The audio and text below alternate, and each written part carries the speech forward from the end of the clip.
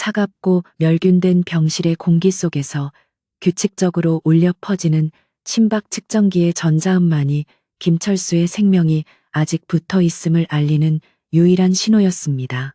온몸에 꽂힌 주사바늘과 산소 호흡기의 압박감은 이제 고통이라기보다 그저 무거운 족쇄처럼 느껴질 뿐이었고, 그는 손가락 하나 까딱할 수 없는 무력감 속에서 천장을 응시하고 있었습니다. 평생을 가족을 위해 헌신하며 뼈가 으스러지도록 일만 했던 그에게 찾아온 말로는 너무나도 비참하고 쓸쓸한 고독사였지만, 그의 청각만은 잔인하게도 마지막 순간까지 명료하게 살아 있었습니다. 병실 구석에서 들려오는 두 여자의 소근거림은 그가 평생 사랑이라 믿었던 것들이 얼마나 허망한 거짓이었는지를 적나라하게 증명하고 있었습니다. 그의 아내였던 이혜진은 남편이 사경을 헤매는 침대 발치에서 스마트폰 계산기를 두드리며 입가에 번지는 미소를 숨기지 못하고 있었습니다. 그녀는 남편의 생명이 꺼져가는 것을 슬퍼하기는커녕 사망보험금이 입금되면 그 돈으로 강남의 아파트로 이사할 계획을 세우느라 여념이 없었고, 딸 김민지 역시 마찬가지였습니다. 아빠가 죽으면 받게 될 유산으로 유학을 가고 명품 가방을 살 생각에 들떠있는 딸의 목소리에는 일말의 슬픔이나 죄책감도 묻어있지 않았습니다. 김철수는 피가 거꾸로 솟는 듯한 분노를 느꼈지만 목구멍에서는 그저 쉰 바람 소리만 새어나올 뿐 아무런 말도 할 수 없었습니다. 배신감과 증오로 얼룩진 그의 심박수는 급격하게 요동치기 시작했고, 기계음이 시끄럽게 경고음을 울리자 아내와 딸은 놀란 척하며 의료진을 호출하는 연기를 시작했습니다. 흐릿해지는 의식 속에서 김철수는 마지막 힘을 짜내어 그들의 얼굴을 똑똑히 뇌리에 새겨넣으며 만약 다음 생이 있다면 절대로 이렇게 살지 않겠노라고 처절하게 맹세했습니다. 가족이라는 이름으로 자신의 등골을 빼먹은 저 악마 같은 인간들을 용서하지 않겠다는 원한이 심장마비의 고통보다 더 뜨겁게 가슴을 태웠고, 이내 세상은 암흑 속으로 잠겨들었습니다. 죽음은 예상보다 빠르고 차갑게 찾아왔으며 그의 영혼은 끝없는 어둠의 나락으로 떨어져 내리는 듯한 감각에 휩싸였습니다. 얼마나 시간이 흘렀는지 가늠조차 할 수 없는 어둠 속에서 불현듯 강렬한 빛과 함께 폐부 깊숙이 공기가 밀려들어오는 감각에 그는 거칠게 숨을 토해내며 눈을 떴습니다. 소독약 냄새가 진동하던 병실이 아닌 낯설지만 어딘가 익숙한 좁은 자취방의 풍경이 눈에 들어왔고, 창밖에서는 활기찬 아침 햇살이 쏟아지고 있었습니다. 당황하여 자신의 몸을 내려다본 그는 앙상하게 말라비틀어졌던 늙은 병자의 손이 아닌 탄탄한 근육과 생기가 넘치는 젊은 남자의 손을 발견하고 경악을 금치 못했습니다.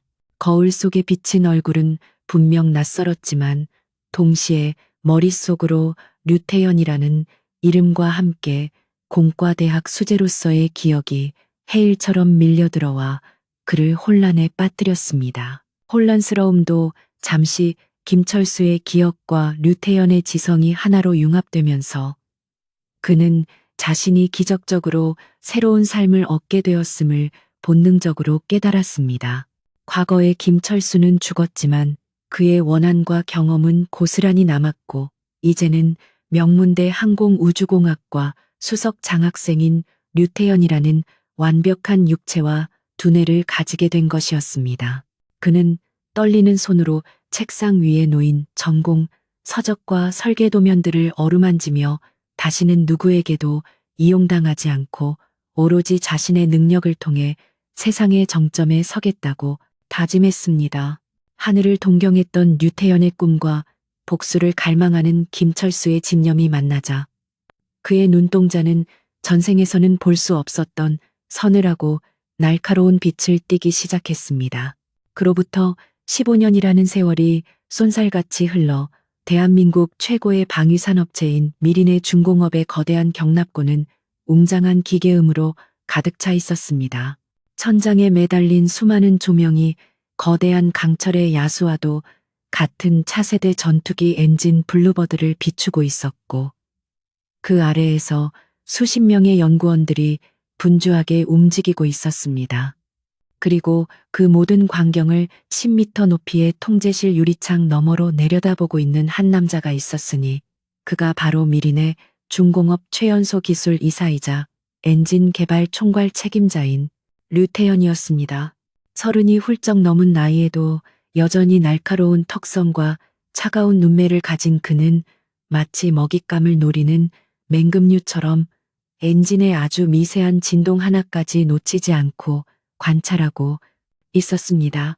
류태현은 인터폰 버튼을 누르고 차가운 목소리로 현장의 수석 엔지니어를 호출했는데, 그의 목소리가 스피커를 통해 울려 퍼지자 경납고 안의 모든 움직임이 일순간 멈췄습니다.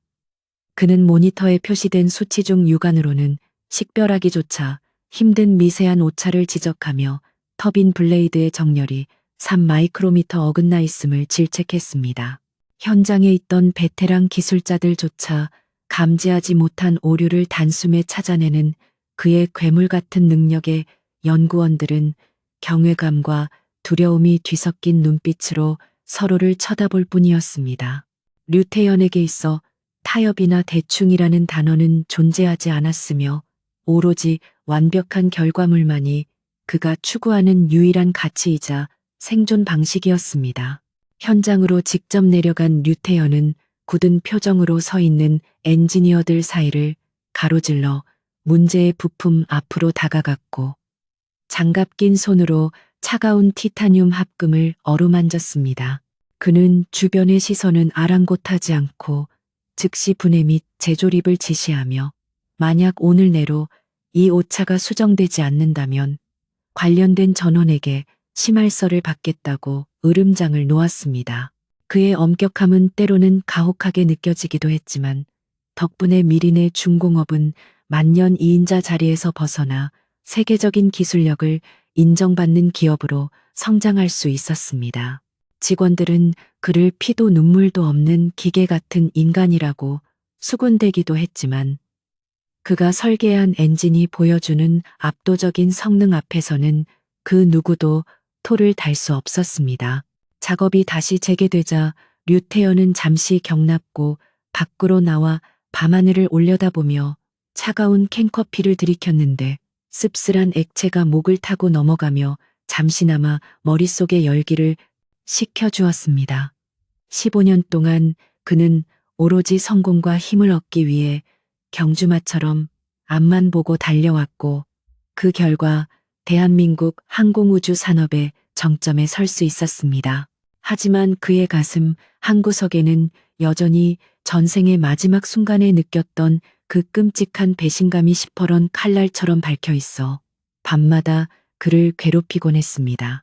그는 자신이 만든 엔진이 하늘을 지배하는 날, 자신을 죽음으로 몰고 갔던 그 여자들에게 진정한 절망이 무엇인지를 보여주겠다고 다시금 맹세했습니다. 그때 그의 스마트폰이 짧은 진동과 함께 울렸고, 발신자는 다름 아닌 미린의 중공업의 회장실 비서실장이었는데, 목소리는 다급하면서도 은밀했습니다. 국방부 차세대 전투기 사업의 최종 입찰 설명회가 다음 달로 앞당겨졌다는 소식과 함께 경쟁사인 크로노스 그룹이 예상보다 훨씬 공격적인 행보를 보이고 있다는 정보였습니다. 크로노스라는 이름을 듣는 순간 류태현의 눈매가 가늘어졌는데, 그곳은 다름 아닌 전생의 아내 이혜진이 임원으로 재직 중인 곳이자 현재 업계 1위를 다투는 라이벌 기업이었기 때문입니다. 운명의 수레바퀴가 다시금 그를 그들과의 질긴 악연 속으로 밀어넣으려 하고 있음을 직감한 그는 입가에 서늘한 비소를 머금었습니다. 류태현은 다시 경납고 안으로 발걸음을 옮기며 마음속으로 전투 준비를 시작했고, 이번 입찰은 단순한 비즈니스 경쟁을 넘어선 그의 개인적인 복수극의 서막이 될 것이었습니다. 그는 자신의 걸작인 블루버드 엔진이 장착된 전투기가 크로노스의 허울뿐인 기술력을 무참히 짓밟고 하늘로 비상하는 모습을 상상하며 주먹을 꽉 쥐었습니다. 전생의 김철수는 무력하게 당했지만 현생의 류태현은 그 누구보다 강하고 치밀하며 잔혹할 정도로 냉철한 포식자가 되어 있었습니다. 이제 곧 시작될 전쟁터에서 그는 자비 없는 심판자가 되어 그들의 오만과 탐욕을 철저하게 부수어버릴 준비가 되어 있었습니다.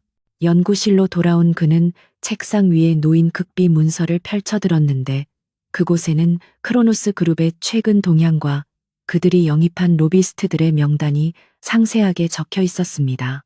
명단 한가운데에 익숙하고도 증오스러운 이름인 이혜진과 박민지라는 이름이 나란히 적혀 있는 것을 확인한 순간 류태현의 표정은 빙하처럼 차갑게 굳어졌습니다. 딸이었던 민지가 성을 바꾸고 어머니의 성을 따라 박민지가 되어 크로노스의 마케팅 팀장으로 일하고 있다는 사실은 그에게 묘한 혐오감을 불러일으켰습니다. 그들은 여전히 타인의 피를 빨아먹으며 화려한 삶을 영위하고 있었고 류태현은 그 꼴을 더 이상 두고 볼 생각이 추호도 없었습니다.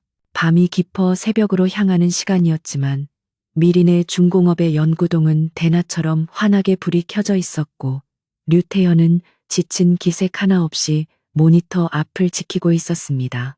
그는 블루버드 엔진의 제어 소프트웨어 코드를 한 줄 한 줄 검토하며 크로노스가 절대로 모방할 수 없는 독자적인 알고리즘을 심어 넣는 작업에 몰두했습니다.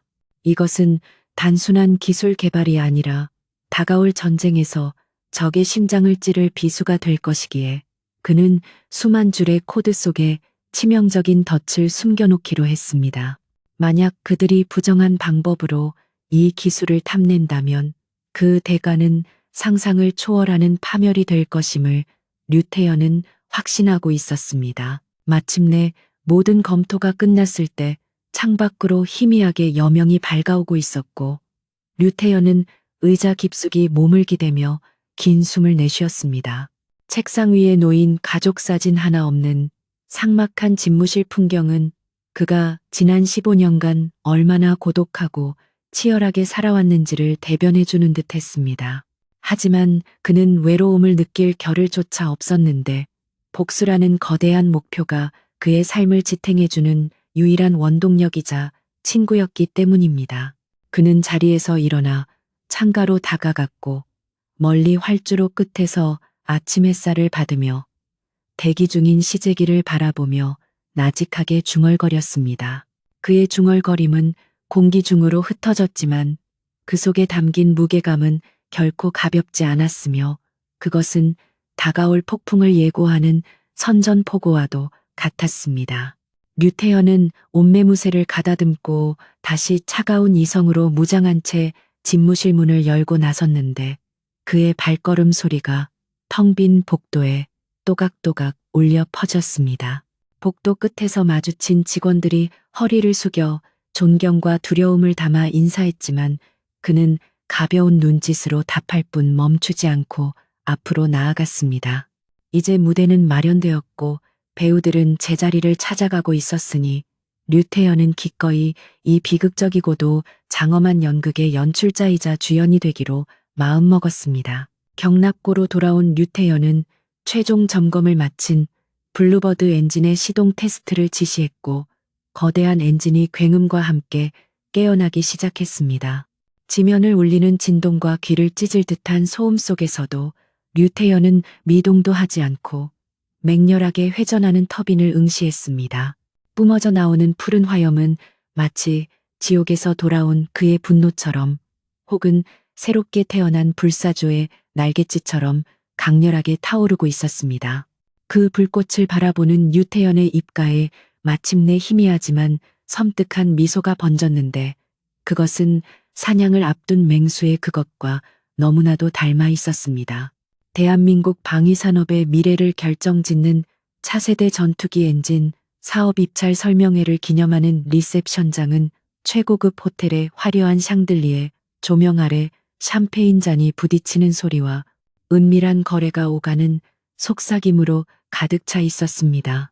정재계의 거물들과 각 군의 고위 장성들, 그리고 업계를 주름잡는 엔지니어들이 최고급 정장을 차려입고 모여들었지만 그들의 미소 뒤에는 서로를 짓밟고 올라서려는 날카로운 칼날이 숨겨져 있었습니다.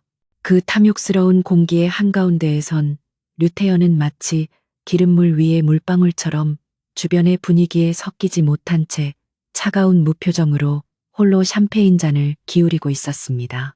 화려한 조명과 값비싼 음식 냄새는 그에게 15년 전 병실에서의 비참했던 기억과는 정반대의 역겨움을 불러일으켰지만 그는 가면을 쓴 듯 완벽하게 감정을 통제하며 다가오는 사람들을 적당히 응대하고 있었습니다. 미린의 중공업의 천재기술 이사라는 타이틀은 그를 이 연회장의 주인공으로 만들기에 충분했고 수많은 사람이 그에게 명함을 건네며 눈도장을 찍으려 안간힘을 쓰고 있었습니다. 하지만 류태연의 관심은 오로지 경쟁사인 크로노스 그룹의 움직임에만 쏠려 있었는데 그들이 이번 입찰을 위해 사활을 걸고 있다는 정보를 입수했기 때문이었습니다. 그때 연회장의 거대한 문이 열리며 사람들의 시선이 일제히 한 곳으로 쏠렸고 웅성거리는 소리와 함께 크로노스 그룹의 임원진이 위풍당당하게 입장하기 시작했습니다. 그 무리의 중심에는 화려한 붉은 드레스를 입은 중년 여성과 그녀의 뒤를 따르는 도도한 인상의 젊은 여성이 있었는데 류태연은 그들의 얼굴을 확인하는 순간 심장이 멈추는 듯한 충격에 휩싸였습니다. 세월의 흐름을 비켜간 듯 여전히 아름답지만 눈가에는 탐욕이 짙게 배어있는 중년 여성은 다름 아닌 전생의 아내 이혜진이었고 그녀 곁에 선 젊은 여성은 자신의 딸 김민지 아니 이제는 박민지가 된 딸이었습니다. 류태연이 죽은 후 그들이 챙긴 거액의 사망보험금은 그들을 화려한 상류층의 일원으로 탈바꿈시켜 놓았고 그녀들의 목과 귀에 걸린 다이아몬드 보석들은 마치 류태연의 목숨값처럼 번들거리고 있었습니다. 류태연은 손에 쥐고 있던 크리스털 샴페인 잔이 깨질 정도로 힘을 주어 쥐었고 끓어오르는 사리를 억누르기 위해 입술을 깨물어야만 했습니다. 자신은 차가운 병실에서 고독하게 죽어갔는데 자신을 배신한 그들은 저토록 환하게 웃으며 성공을 만끽하고 있다는 현실이 견딜 수 없이 잔인하게 느껴졌습니다.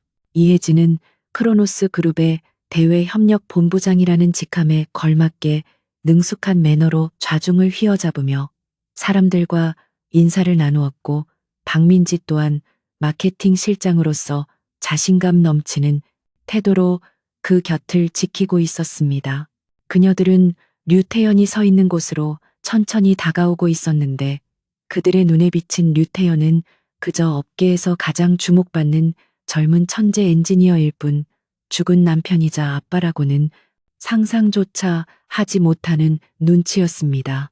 류태연은 심호흡을 하며 요동치는 심장을 진정시켰고 차가운 이성의 끈을 필사적으로 붙잡아 냉철한 류태연의 가면을 다시 고쳤었습니다.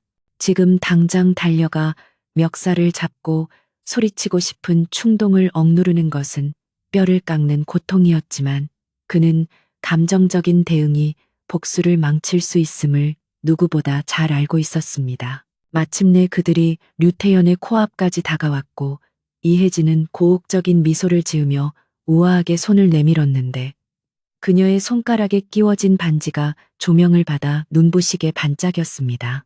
처음 뵙겠습니다. 류태연 이사님 소문은 익히 들었습니다만 실제로 뱀이 훨씬 더 젊고 매력적이시네요. 라고 말하는 그녀의 목소리는 전생의 병실에서 들었던 그 도끼 어린 목소리와는 딴판으로 부드럽고 교태가 섞여 있었습니다. 류태현은 내밀어진 손을 잡는 순간 혐오감에 소름이 돋았지만 겉으로는 정중하게 고개를 끄덕이며 짧게 악수를 나누고는 무미건조한 목소리로 인사를 건넸습니다. 그녀의 손바닥에서 느껴지는 온기는 그가 기억하는 차가운 배신의 기억과 뒤섞여 속을 뒤집어 놓았지만 그는 절대 흔들리는 눈빛을 보이지 않았습니다. 옆에 서 있던 박민지 역시 흥미롭다는 눈빛으로 류태현을 위아래로 훑어보며 명함을 건넸는데 그녀의 눈빛에는 아버지를 죽게 내버려 두었던 비정한 딸의 모습 대신 야망에 찬 커리어 우먼의 오만함만이 가득했습니다.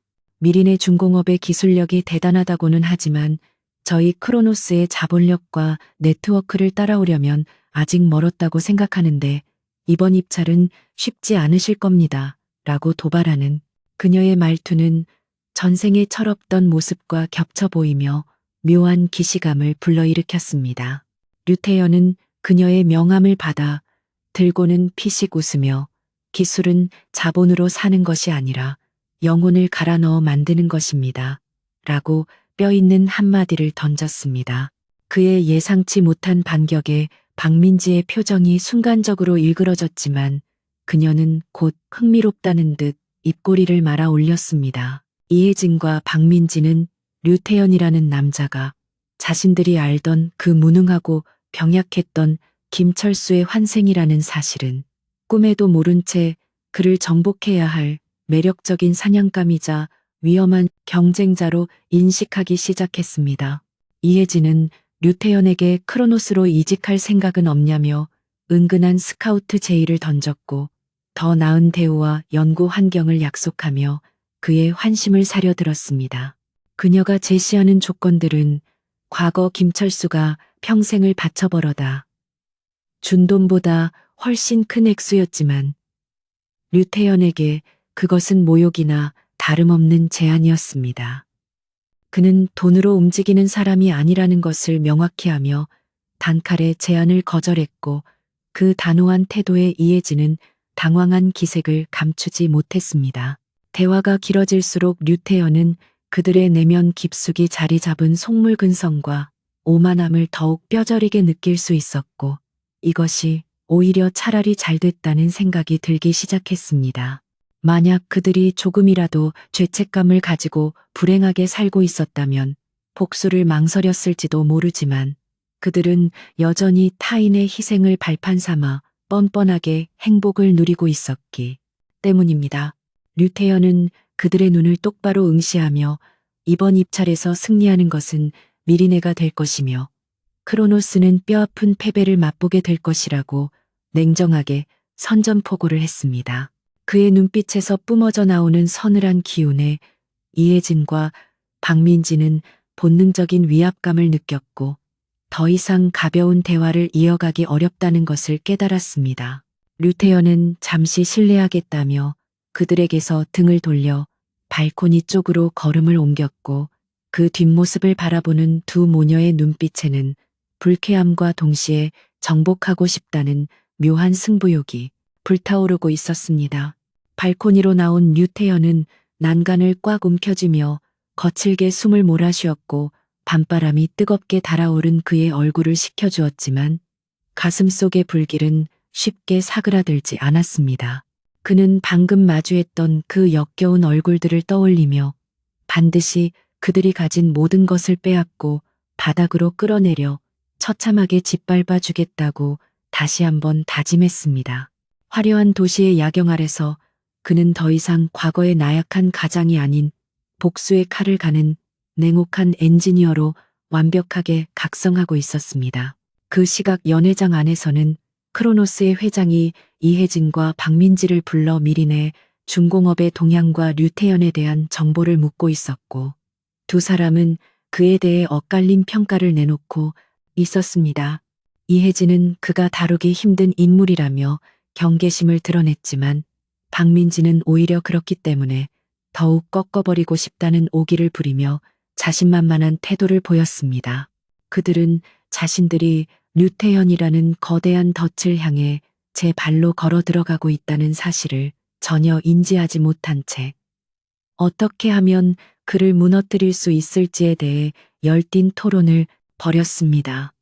류태현이 파놓은 함정은 이미 작동하기 시작했고 그들의 탐욕은 그 함정으로 향하는 지름길이 되어주고 있었습니다. 발코니에서 돌아온 류태현은 한결 차분해진 모습으로 다시 연회장에 섞여들었고 이제는 오히려 여유로운 미소까지 띠며 경쟁사 직원들과 정보를 교환하는 대담함을 보였습니다. 그는 의도적으로 블루버드 엔진의 개발이 난항을 겪고 있다는 거짓 정보를 흘리며 크로노스 측 첩자들의 귀를 솔깃하게 만들었고, 그들이 이 정보를 덥석 물기를 기다렸습니다. 정보전은 이미 시작되었고, 류태연은 자신이 가진 기술적 우위뿐만 아니라 심리적인 허점까지 이용하여 적을 교란하는 치밀한 전략가로서의 면모를 유감없이 발휘하고 있었습니다. 사람들이 그를 둘러싸고 질문을 던질 때마다 그는 모호하지만 확신에 찬 대답으로 그들을 혼란에 빠뜨리며 판을 주도해 나갔습니다. 밤이 깊어가며 리셉션은 절정에 달했고, 이혜진과 박민지는 류태연의 일거수일투족을 감시하듯 지켜보며 그에 대한 분석을 끝마쳤다고 착각하고 있었습니다. 그들은 류태연을 기술에만 미친 사회성 부족한 천재 정도로 치부하고, 돈과 권력 그리고 미인계라면 충분히 그를 흔들거나 제거할 수 있을 것이라 오판했습니다. 하지만 그들이 보고 있는 것은 류태연이 보여주고자 했던 극히 일부의 껍데기에 불과했으며, 그 껍데기 안에는 시커먼 복심이 또아리를 틀고 있다는 것을 알지 못했습니다. 류태연은 마지막으로 샴페인 잔을 비우고는 그들을 향해 보이지 않는 건배를 제의하며 속으로 차갑게 속삭였습니다. 부디 그 오만함을 끝까지 잃지 말기를 바란다. 그래야 무너져 내릴 때에 비명이 더 달콤할 테니까라고 뇌까리며 그는 리셉션장을 빠져나왔습니다. 호텔 로비를 걸어 나오는 그의 발걸음은 그 어느 때보다 가볍고 힘찼으며, 그림자는 길게 늘어져 마치 그의 뒤를 따르는 사신처럼 보였습니다. 이제 서막은 끝났고 본격적인 전쟁이 시작될 것이며, 그 전쟁의 끝에는 오직 한 명의 승자만이 존재할 것임을 그는 알고 있었습니다. 류태연은 대기하고 있던 차에 올라타며 밤하늘을 올려다 보았고, 어둠 속에서 반짝이는 별들이 마치 그가 쏘아 올릴 복수의 신호탄처럼 느껴졌습니다. 차창 밖으로 스쳐 지나가는 서울의 야경은 15년 전 김철수가 병원으로 실려가며 마지막으로 보았던 풍경과 닮아 있었지만, 그 풍경을 바라보는 그의 눈빛은 완전히 달라져 있었습니다. 이제 그는 운명에 끌려다니는 나약한 존재가 아니라 운명을 스스로 개척하고 심판하는 절대적인 힘을 가진 존재로 거듭나 있었습니다. 돌아가는 차 안에서 그는 비서에게 전화를 걸어 내일부터 보안 등급을 최고 수준으로 격상하고 미끼를 던질 준비를 하라고 지시했습니다. 사냥꾼 류태연의 덫은 완벽하게 준비되었고, 이제 먹잇감들이 제 발로 걸어 들어올 일만 남았다는 생각에 그의 심장은 뜨겁게 박동했습니다. 미린의 중공업의 보안실 모니터에는 어두컴컴한 연구소 내부에서 불안에 떨며 데이터를 복사하고 있는 한 남자의 모습이 선명하게 찍히고 있었습니다. 그는 류태연이 가장 신임하던 수석 연구원 중 한 명이었지만, 거액의 도박빚과 크로노스 그룹이 제시한 달콤한 유혹 앞에서 결국 양심을 팔아넘기고 말았습니다.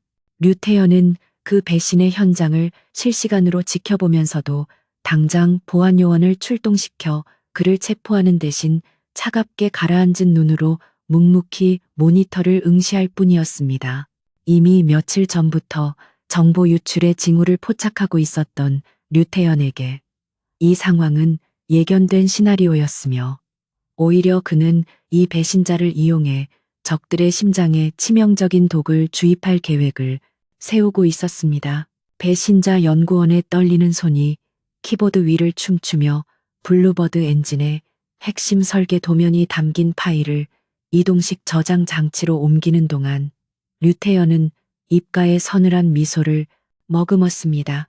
그가 훔쳐가고 있는 데이터는 겉보기에는 완벽해 보이는 블루버드 엔진의 최종 설계도였지만, 실상은 류태연이 밤을 새워 교묘하게 조작해 놓은 가짜 데이터였습니다. 류태연은 엔진이 극한의 상황에서 최고 출력을 낼 때 냉각 시스템의 순환 펌프가 미세한 과부하를 일으키도록 설계 변수를 아주 정교하게 비틀어 놓았습니다. 이것은 항공우주 역학에 대한 깊은 이해가 없는 엔지니어라면 절대로 발견할 수 없는 아주 미세한 오류였지만 실전 비행에서는 엔진을 녹여버릴 수 있는 치명적인 시한폭탄과도 같은 결함이었습니다.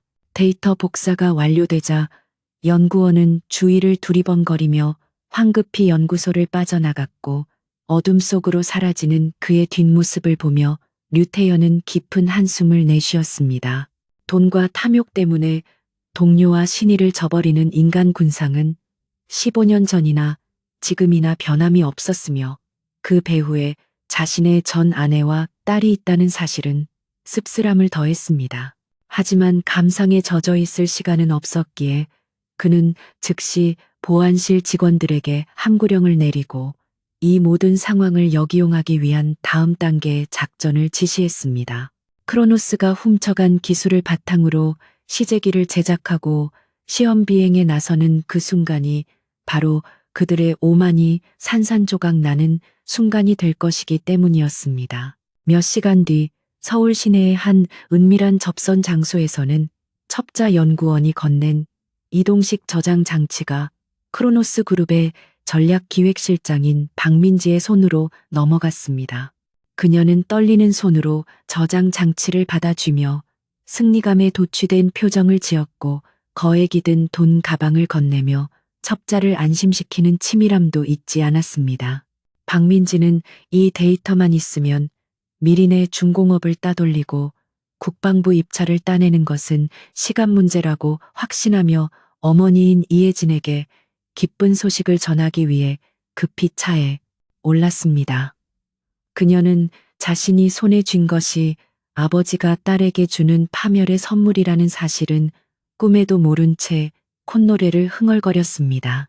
크로노스 그룹의 대회의실은 한밤중에도 불이 꺼지지 않았고 이혜진과 박민지 그리고 크로노스의 기술진들은 훔쳐온 설계도를 대형 스크린에 띄워놓고 환호성을 지르고 있었습니다. 기술진들은 미린의 중공업의 설계 방식이 자신들의 예상을 훨씬 뛰어넘는 혁신적인 구조라며 감탄을 금치 못했고 류태현이 심어놓은 함정은 전혀 눈치채지 못했습니다. 그들은 엔진의 효율성과 출력 수치에만 집착한 나머지 여력학적 안정성 시뮬레이션을 소홀히 했고 그저 겉으로 드러난 화려한 스펙에 눈이 멀어 있었습니다. 이혜진은 이 설계도야말로 크로노스를 재계 서열시 위권 안으로 진입시켜줄 황금 열쇠라고 믿어 의심치 않았으며 류태현을 비웃으며 샴페인을 터뜨렸습니다. 류태현은 연구실로 돌아와 진짜 블루버드 엔진의 최종 조립 과정을 감독하며 적들이 미끼를 물었다는 보고를 받고 조용히 고개를 끄덕였습니다. 그는 크로노스의 엔지니어들이라면 혹시라도 그 결함을 찾아낼 수도 있지 않을까 하는 일말의 우려를 가지고 있었지만 그들의 기술력은 그의 예상보다 훨씬 형편없었습니다.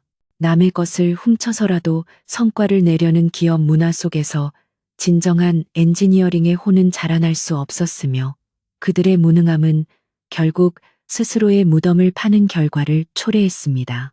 류태현은 티타늄 블레이드 하나하나를 직접 검수하며 자신의 이름과 자존심을 건 진짜 엔진에는 단일 마이크로미터의 오차도 허용하지 않는 완벽함을 추구했습니다.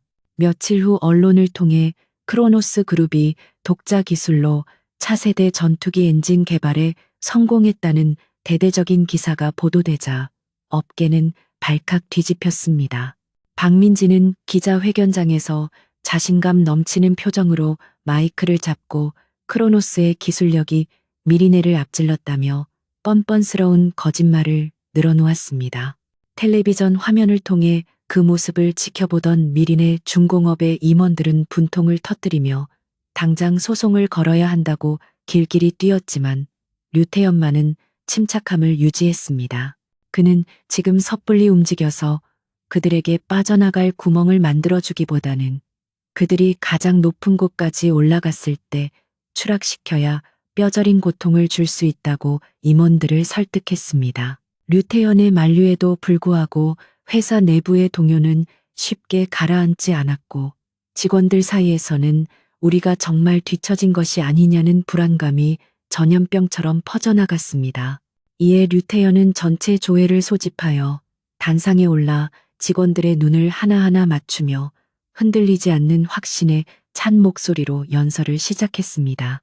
그는 기술은 거짓말을 하지 않으며 진정한 노력과 땀이 배어있지 않은 결과물은 반드시 무너지게 되어 있다고 강조하며 직원들을 독려했습니다.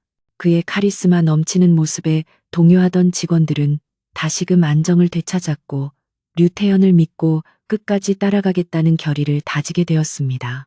한편 크로노스 내부에서는 훔쳐온 설계도를 바탕으로 시제품 제작에 박차를 가하고 있었지만 제조 과정에서 예상치 못한 난관들이 발생하기 시작했습니다.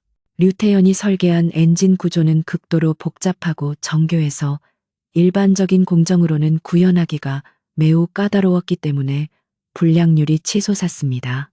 하지만 이혜진은 납기일을 맞추기 위해 품질 검사 기준을 낮추라고 지시했고 기술진들은 안전 문제를 우려하면서도 경영진의 압박에 못 지겨 결함이 있는 부품들을 그대로 조립했습니다.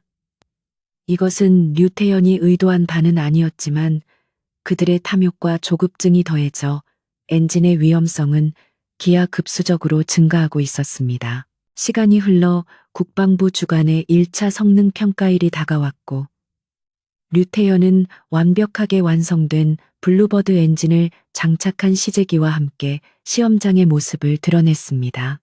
맞은편 경납고에서는 크로노스의 로고가 선명하게 밝힌 전투기가 웅장한 자태를 뽐내며 대기하고 있었고 그 앞에는 이혜진과 박민지가 승자의 미소를 짓고 서 있었습니다. 류태연은 그녀들을 향해 가볍게 목례를 보냈는데 그 눈빛은 마치 사형 선고를 앞둔 죄인을 바라보는 재판관의 눈빛처럼 건조하고 냉혹했습니다. 이혜진은 류태연의 여유로운 태도가 허세일 뿐이라고 생각하며 코웃음을 쳤지만 왠지 모를 불안감이 등골을 스치고 지나가는 것을 느꼈습니다. 평가단이 지켜보는 가운데 먼저 크로노스의 엔진 테스트가 시작되었고 지상 테스트 단계에서는 훔쳐온 설계도 덕분에 놀라울 정도로 높은 출력 수치를 기록했습니다. 관계자들은 크로노스의 기술적 도약에 놀라움을 표하며 박수를 보냈고 박민지는 의기양양한 표정으로 류태연을 곁눈질하며 비웃음을 날렸습니다. 하지만 류태연은 모니터에 표시되는 크로노스 엔진의 배기가스 온도 그래프를 유심히 지켜보며 그들이 자신의 함정에 완벽하게 걸려들었음을 확인했습니다.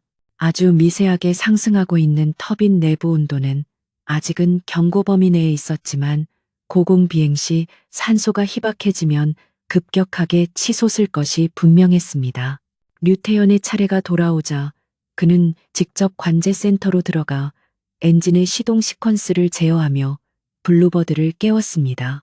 크로노스의 엔진이 거칠고 폭발적인 굉음을 냈다면 미리네의 블루버드는 묵직하면서도 정제된 소리를 내며 안정적으로 회전수를 높여갔습니다.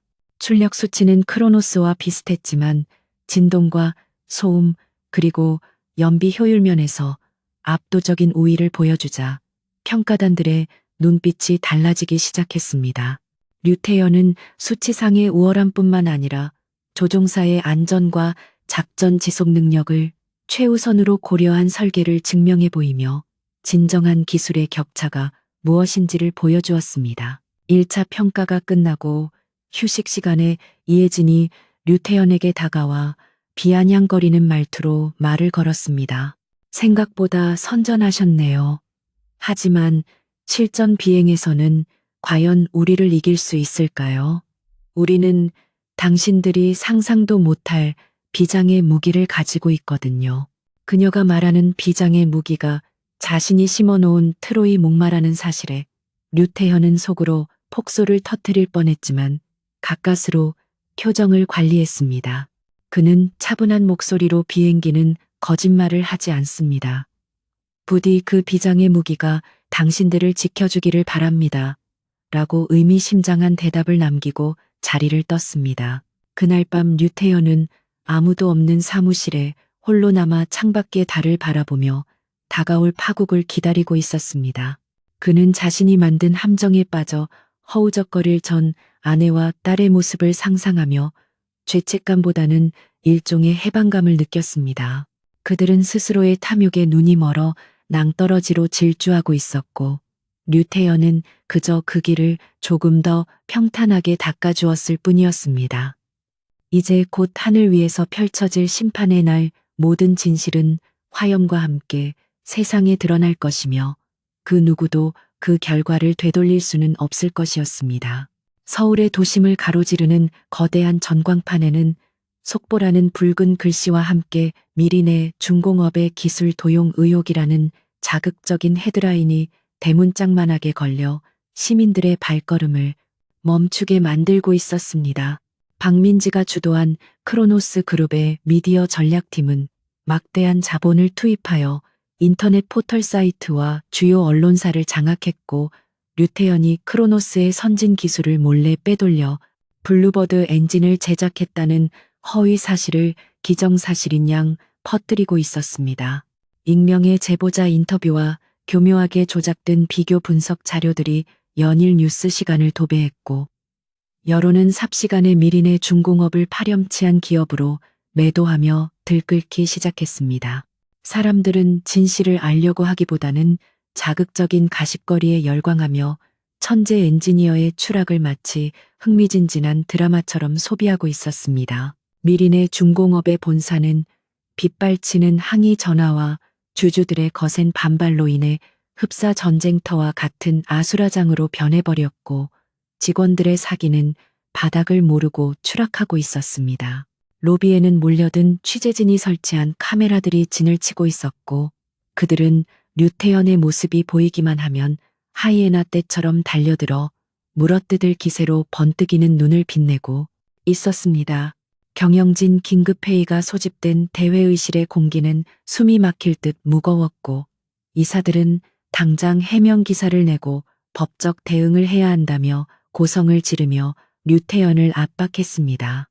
회사의 주가가 연일 하한가를 기록하며 시가총액이 조 단위로 증발하는 상황에서 그들의 공포와 분노는 당연한 반응이었지만 정작 당사자인 류태현은 미동도 하지 않고 묵묵히 자리를 지키고 있었습니다. 류태현은 소란스러운 회의장 한가운데서 홀로 고요한 섬처럼 앉아 있었는데 그의 머릿속은 눈앞의 소음이 아닌 오로지 엔진의 기술적 완성도와 다가올 비행 시험에 대한 시뮬레이션으로 가득 차 있었습니다. 그는 이사들의 질책을 한 귀로 흘려들으며 지금 언론 플레이에 대응해봤자 진흙탕 싸움만 될 뿐이며 그것이야말로 크로노스가 원하는 그림이라는 것을 꿰뚫어보고 있었습니다. 류태현이 천천히 자리에서 일어나자 좌중을 압도하는 침묵이 흘렀고 그는 낮지만 힘있는 목소리로 진실은 입이 아니라 하늘에서 증명될 것이라고 단언했습니다. 그의 눈빛에서 뿜어져 나오는 흔들림 없는 확신에 이사들은 꿀먹은 벙어리처럼 입을 다물 수밖에 없었고 회의실에는 기묘한 정적이 감돌았습니다. 회의실을 나온 류태현은 곧장 지하 깊숙한 곳에 위치한 제3연구동으로 향했는데 그곳은 외부와의 접촉이 철저히 차단된 그만의 성역이자 요새와도 같은 공간이었습니다. 그는 스마트폰의 전원을 꺼버리고 세상의 소음을 차단한 채 오로지 엔진이 내는 소리에만 귀를 기울이며 마지막 튜닝 작업에 몰입했습니다. 밖에서는 그를 사기꾼이라 비난하고 매장하려 들었지만 기계는 거짓말을 하지 않았기에 그는 차가운 금속 부품들을 어루만지며 마음의 평화를 얻을 수 있었습니다. 그가 설계한 블루버드 엔진은 극한의 고통과 인내 속에서 탄생한 그의 분신과도 같았기에 세상 그 어떤 모함에도 결코 굴복하지 않을 강인함을 품고 있었습니다. 한편 크로노스 그룹의 기획실장실에서는 박민지가 승리에 도취하여 와인잔을 흔들며 모니터 화면 가득한 악성 댓글들을 흐뭇하게 바라보고 있었습니다. 그녀는 자신의 계획대로 류태연이 사회적으로 고립되고 미린의 중공업이 무너져가는 꼴을 보며 비틀린 쾌감을 느꼈고 이것이 자신의 능력이라고 착각하고 있었습니다. 이혜진 역시 딸의 어깨를 두드리며 이제 국방부 입찰은 따놓은 당상이라며 칭찬을 아끼지 않았고 모녀는 다가올 성공의 달콤한 열매를 미리 맛보고 있는 듯했습니다. 그들은 류태연이 반박하지 못하는 이유가 찔리는 구석이 있어서라고 단정 지었고 자신들이 훔친 기술에 치명적인 결함이 있을 것이라고는 상상조차 하지 않았습니다. 하지만 크로노스의 기술연구소 내부에서는 경영진의 낙관적인 분위기와는 달리 엔지니어들 사이에서 불안한 기류가 감지되고 있었습니다. 훔쳐온 설계도를 바탕으로 제작된 CJ 엔진을 테스트하던 중 간헐적으로 발생하는 이상, 진동과 온도 상승 현상이 보고되었지만 상부에서는 이를 무시하라는 지시가 내려왔기 때문입니다. 박민지는 언론 플레이의 효과를 극대화하기 위해 비행시험 일정을 무리하게 앞당겼고 엔지니어들의 경고는 그녀의 야망 앞에서 힘없이 묵살되었습니다. 기술을 모르는 경영자가 권력을 쥐었을 때 발생할 수 있는 가장 끔찍한 재앙이 서서히 잉태되고 있었지만 그 누구도 고양이 목에 방울을 달려고 하지 않았습니다. 류태연은 늦은 밤 연구소를 찾아온 테스트 파일럿인 강 대령과 마주 앉아 따뜻한 커피를 건네며 깊은 대화를 나누었습니다. 강 대령은 베테랑 조종사로서 이번 비행시험의 위험성을 누구보다 잘 알고 있었지만 류태연에 대한 무한한 신뢰를 바탕으로 기꺼이 조종석에 앉겠노라고 말했습니다. 류태연은 강 대령의 눈을 똑바로 바라보며 당신의 목숨이 내 명예보다 중요하다고 말하며 만약 기체에 조금이라도 이상 징후가 보이면 즉시 탈출하라고 신신당부했습니다. 류태연에게 있어 기술은 사람을 살리고 지키기 위한 것이지 누군가의 야망을 채우기 위한 도구가 되어서는 안 된다는 확고한 철학이 있었기 때문입니다. 비행 시험 당일이 다가올수록 언론의 관기는 극에 달했고 방송사들은 헬기까지 동원하여 시험 비행장이 있는 공군기지 주변을 맴돌며 생중계 준비에 열을 올렸습니다. 미린의 중공업 정문 앞에서는 류태연의 사퇴를 요구하는 시위대가 피켓을 들고 고함을 질러댔고 계란과 오물이 회사 로고를 향해 날아들었습니다. 류태연은 그 모든 모욕과 멸시를 감내하며 출근길에 올랐고 차창 밖으로 보이는 광경을 보며 인간의 어리석음과 집단 관계에 대해 씁쓸한 미소를 지었습니다. 전생에 자신을 죽음으로 몰고 갔던 것도 바로 저런 맹목적인 이기심과 무관심이었기에 그는 새삼스럽게 상처받지 않았습니다. 드디어 결전의 날 아침이 밝았고 류태연은 그 어느 때보다 깔끔하게 다려진 정장을 입고 넥타이를 매며 거울 속의 자신과 마주했습니다. 거울 속의 남자는 더 이상 병실에서 죽어가던 나약한 김철수가 아니었으며 대한민국 하늘을 지배할 엔지니어 류태연으로서의 위엄을 갖추고 있었습니다. 그는 품속에 간직해온 낡은 사진 한 장을 꺼내보았는데 그것은 전생에 자신이 딸을 안고 행복하게 웃고 있는 사진이었지만 이제는 그 사진을 라이터불로 태워버렸습니다. 사진이 재가 되어 흩어지는 것을 보며 그는 과거의 미련을 완전히 끊어내고 오직 눈앞의 적들을 심판하는 집행자가 되기로 마음을 굳혔습니다. 공군 기지 브리핑룸에는 국방부 장관을 비롯한 군 수뇌부와 항공, 우주 전문가들, 그리고 수많은 취재진이 입추의 여지 없이 들어차 있었습니다. 크로노스 측 대표로 나온 이혜진과 박민지는 화려한 옷차림으로 좌중의 시선을 끌며 마치 이미 승자가 된 것처럼 여유로운 태도로 악수를 청하고 다녔습니다. 반면 류태연은 수행원도 없이 홀로 묵묵히 한 구석에 자리를 잡고 앉아 태블릿 PC로 기상 상황과 풍속 데이터를 체크하며 마지막까지 긴장의 끈을 놓지 않았습니다.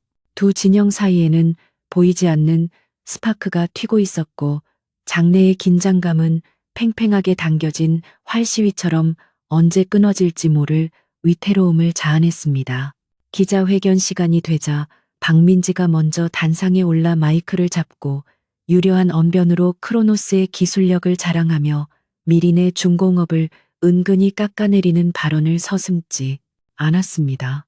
그녀는 우리가 개발한 KX1 엔진은 세계 최고 수준이며 경쟁사의 모방 제품과는 차원이 다르다고 목소리를 높여 기자들의 플래시 세례를 받았습니다. 그녀의 당당한 모습에 여론은 이미 크로노스 쪽으로 기울어진 듯 보였고 기자들은 고개를 끄덕이며 그녀의 말을 받아 적느라 바빴습니다. 질문 시간에는 미리네의 기술 도용 의혹에 대한 공격적인 질문들이 쏟아졌고 박민지는 짐짓 안타까운 표정을 지으며 정의가 승리할 것이라는 위선적인 답변을 내놓았습니다. 다음 순서로 단상에 오른 류태현은 쏟아지는 플래시 세례에도 눈 하나 깜빡이지 않고 차분하게 마이크 높이를 조절했습니다. 그는 준비해온 원고를 꺼내는 대신 관중석을 천천히 둘러보며 침묵을 지켰는데 그 짧은 침묵이 주는 중압감에 장내가 순식간에 조용해졌습니다. 류태현은 입을 열어 오늘 우리는 말이 아닌 기술로 대화할 것이며 거짓은 중력을 이길 수 없다는 짧고 강렬한 한마디만을 남기고 단상을 내려왔습니다.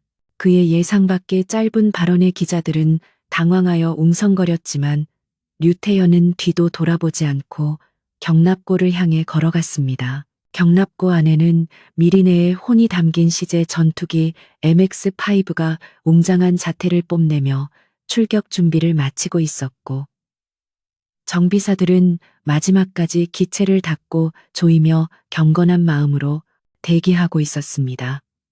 류태현은 강대령의 헬멧을 직접 건네주며 무운을 빈다고 말했고 강대령은 엄지손가락을 치켜 세우며 자신감 넘치는 미소로 화답했습니다.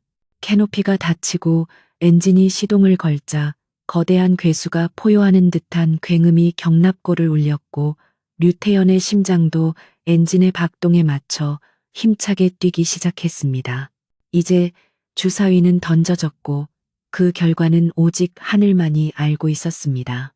활주로에는 2대의 전투기가 나란히 정렬해 있었는데 왼쪽에는 크로노스의 붉은색 도장이 칠해진 기체가 오른쪽에는 미리네의 푸른색 도장이 칠해진 기체가 서 있었습니다. 마치 붉은 악마와 푸른 용이 대치하고 있는 듯한 형상은 보는 이들로 하여금 손에 땀을 쥐게 만들었고 관제탑의 카운트다운 소리가 스피커를 통해 울려 퍼졌습니다. 류태현은 통제실 유리창 너머로 활주로를 응시하며 자신의 설계가 틀리지 않았음을 그리고 정의가 살아있음을 증명하는 순간이 오기를 기다렸습니다. 옆에 서 있던 이혜진과 박민지는 샴페인을 미리 따고 싶어 안달이 난 표정으로 서로 눈짓을 주고받으며 낄낄거렸습니다. 관제탑의 이륙 허가가 떨어지자 2대의 전투기는 애프터버너를 점화하며 활주로를 박차고 나가기 시작했고 시뻘건 화염이 아스팔트를 녹일 듯 뿜어져 나왔습니다. 크로노스의 기체가 초반 가속력에서 앞서 나가며 먼저 하늘로 솟구쳐 오르자 크로노스 임직원들은 환호성을 지르며 서로를 얼싸안았습니다. 하지만 류태현은 모니터에 표시된 상대편 기체의 엔진 온도 데이터를 훔쳐보며 냉소적인 표정을 지었는데 그래프의 기울기가 심상치 않게 가파른 곡선을 그리고 있었기 때문입니다. 하늘 높이 올라갈수록 산소는 희박해지고 엔진의 부하는 커질 것이며 그때가 바로 류태현이 심어놓은 덫이 작동하는 결정적인 순간이 될 것이었습니다. 하늘로 솟아오른 2 기체는 구름을 뚫고 올라가며 화려한 기동을 선보이기 시작했고 관중들은 그들의 묘기에 탄성을 질렀습니다. 하지만 류태현의 눈은 오로지 수치 데이터와 비행 궤적에만 고정되어 있었고 그는 15년 전 병실에서 느꼈던 죽음의 공포가 이제는 저들의 기체 위로 옮겨가고 있음을 직감했습니다. 박민지는 하늘을 가리키며 보라, 우리 기술이 얼마나 완벽한지 저 우아한 비행을 보라고 소리쳤지만 그녀의 목소리는 곧 닥쳐올 재앙 앞에서의 마지막 발악처럼 들렸습니다. 류태현은 속으로 카운트다운을 세기 시작했고 그의 입술이 제로를 말하는 순간 하늘에서 믿을 수 없는 일이 벌어지기 시작했습니다. 관제탑의 스피커에서 다급한 경고음이 터져 나옴과 동시에 푸른 하늘을 가르던 크로노스의 전투기 꼬리 부분에서 시커먼 연기가 뿜어져 나오기 시작했습니다. 고도 3만 피트 상공에서 마하의 속도로 기동하던 기체는 갑작스러운 엔진 과열을 견디지 못하고 통제 불능 상태에 빠져 나선형을 그리며 추락하기 시작했습니다.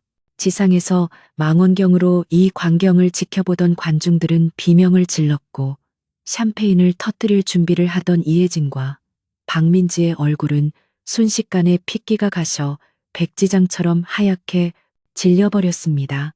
불과 몇 분 전까지만 해도 승리를 확신하며 거만하게 웃던 그들의 입에서는 아무런 말도 나오지 않았고 공포에 질린 눈동자만이 심하게 흔들리고 있었습니다. 류태현은 냉철한 눈빛으로 모니터 화면을 응시했는데 화면 가득 붉은색 경고등이 전멸하며 엔진 내부 온도가 임계점을 넘어섰음을 알리고 있었습니다. 그가 설계 데이터 속에 교묘하게 심어놓았던 냉각 펌프의 오작동 코드가 정확히 고고도 기동 시점에 발동하여 엔진을 스스로 녹여버린 것이었습니다. 그것은 엔진의 원리를 완벽하게 이해하지 못한 채 설계도만 훔쳐 베낀 자들에게 내리는 가혹한 형벌이자 기술을 경시한 대가였습니다. 류태현은 추락하는 적기를 바라보며 일말의 동정심도 느끼지 않았지만 조종사의 생명만은 무사하기를 바라며 비상 탈출 장치가 제대로 작동하기를 기도했습니다.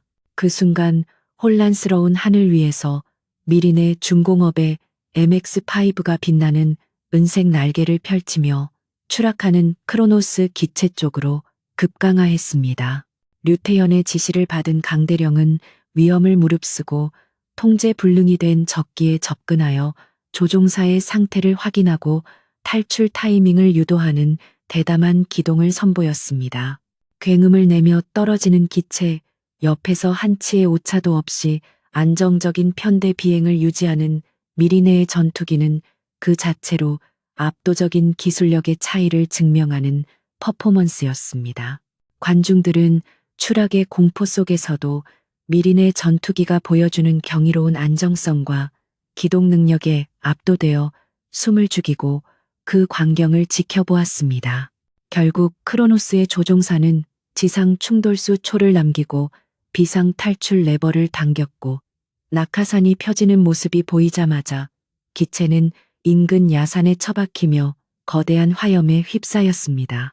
굉음과 함께 피어오르는 버섯구름을 보며 현장은 아수라장이 되었고 국방부 관계자들은 심각한 표정으로 자리를 박차고 일어났습니다. 반면 강 대령이 조종하는 MX5는 화염 위를 우아하게 선회한 뒤 활주로에 부드럽게 착륙했고 흠집 하나 없는 완벽한 모습으로 귀환했습니다. 지옥과 천국이 극명하게 갈리는 이 장면은 생중계 카메라를 타고 전 국민에게 송출되었으며 크로노스의 신화가 무너지는 순간이었습니다. 이혜진은 다리가 풀려 자리에 주저앉았고 박민지는 믿을 수 없다는 듯 머리카락을 쥐어뜯으며 악몽이라도 꾸는 듯한 표정을 지었습니다. 기자들은 하이에나 떼처럼 크로노스 측 진영으로 몰려가 사고 원인에 대해 질문을 퍼부었고 박민지는 떨리는 목소리로 조종사의 과실이나 정비 불량을 주장하며 책임을 회피하려 들었습니다.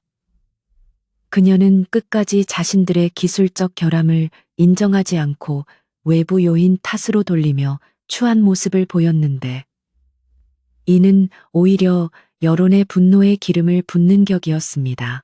류태현은 그 추악한 변명을 듣다 못해 자리에서 일어나 천천히 기자들이 모여 있는 곳으로 걸어갔습니다.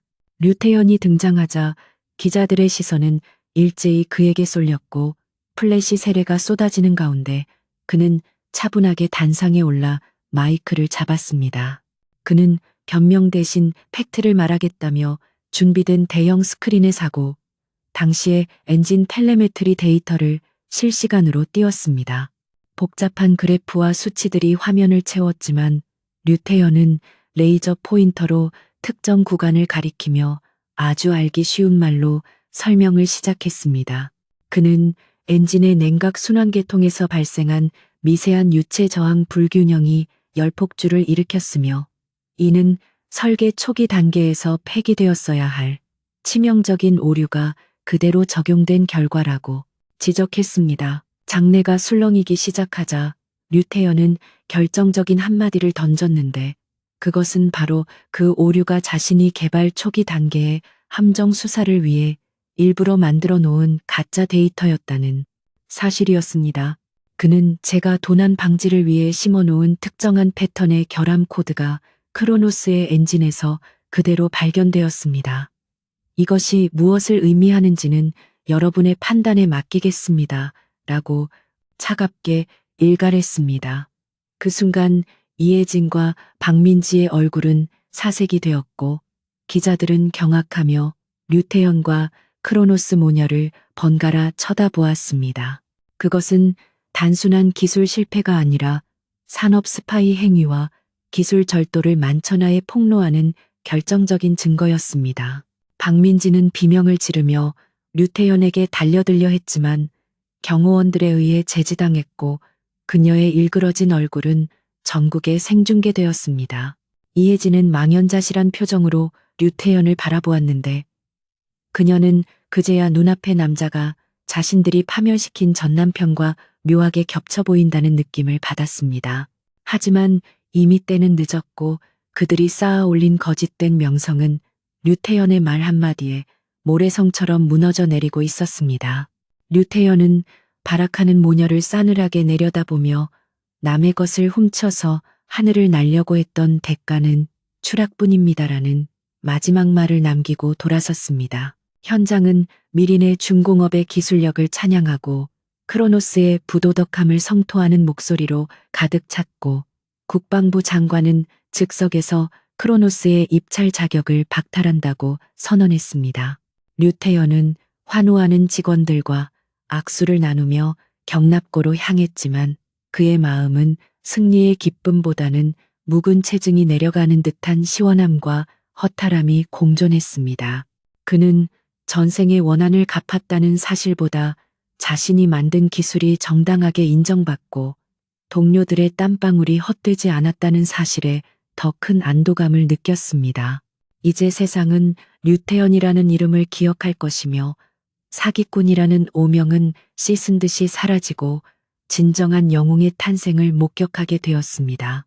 소동이 진정된 후 류태현은 경납고 구석에 홀로 앉아 식어가는 MX5의 엔진을 바라보며 캔맥주를 땄습니다. 15년이라는 긴 세월 동안 오로지 이 순간만을 위해 달려왔던 그는 이제야 비로소 어깨에 짐을 내려놓은 듯한 기분을 느꼈습니다.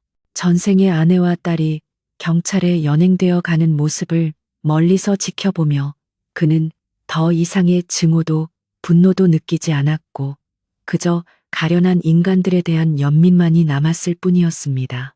그들은 돈과 명예를 좇아 가족을 버렸지만 결국 그 욕망이 자신들을 파멸로 이끌었으니 이것이야말로 인과응보의 전형이었습니다.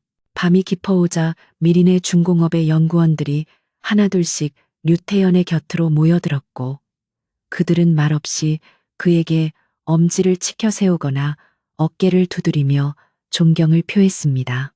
그동안 류태현의 독선적인 태도에 불만을 가졌던 직원들도 오늘 보여준 그의 압도적인 실력과 리더십 앞에서는 고개를 숙일 수밖에 없었습니다.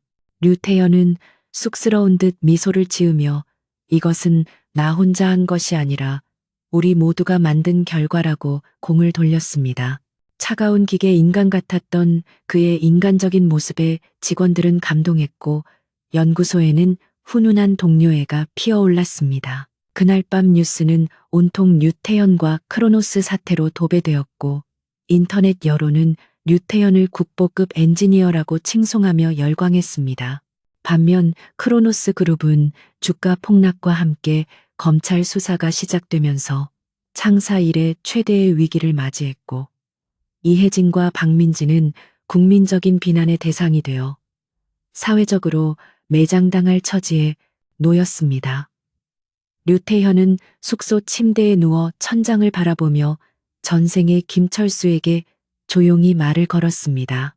이제 편히 쉬어 억울함은 내가 다 갚아주었으니라고 속삭이는 그의 눈가에는 한 방울의 눈물이 맺혔다가 베개로 스며들었습니다. 다음 날 아침 류태현은 평소와 다름없이 일찍 출근하여 차기 프로젝트를 위한 회의를 소집했습니다. 어제의 승리에 취해 있을 법도 했지만 그는 멈추지 않고 우주를 향한 새로운 도전을 시작하려 하고 있었습니다. 그의 책상 위에는 대기권 밖으로 쏘아 올릴 차세대 발사체의 설계도가 펼쳐져 있었고 그의 눈은 더 높은 곳, 더 먼 곳을 향해 빛나고 있었습니다. 하늘을 정복한 그는 이제 우주라는 미지의 영역을 향해 나아갈 준비를 마쳤고 그 길에는 더 이상 과거의 망령이 아닌 미래의 희망만이 함께할 것이었습니다.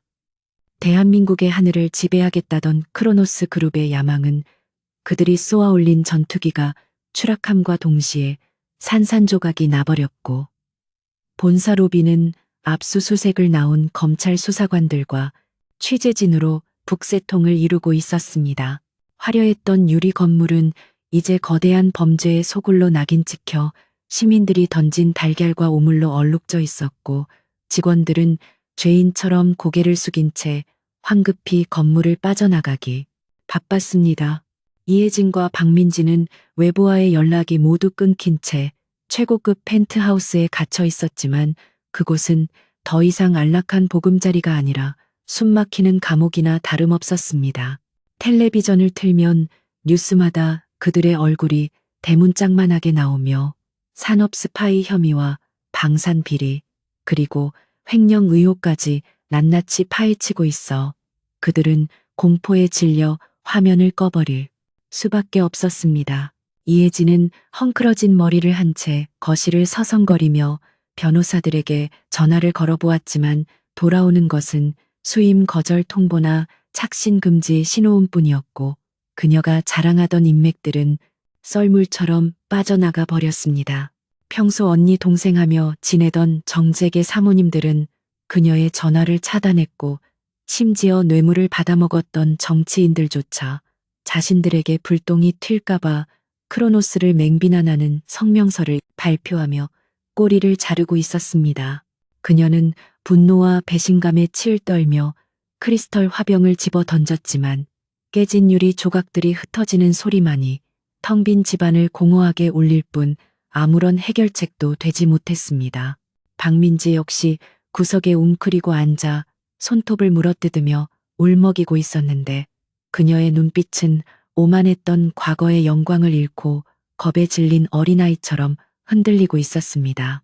모녀가 서로를 원망하며 고성을 지르고 삿대질을 해대는 동안 현관 초인종이 요란하게 울렸고 그들은 흠칫 놀라 서로의 입을 틀어막았습니다.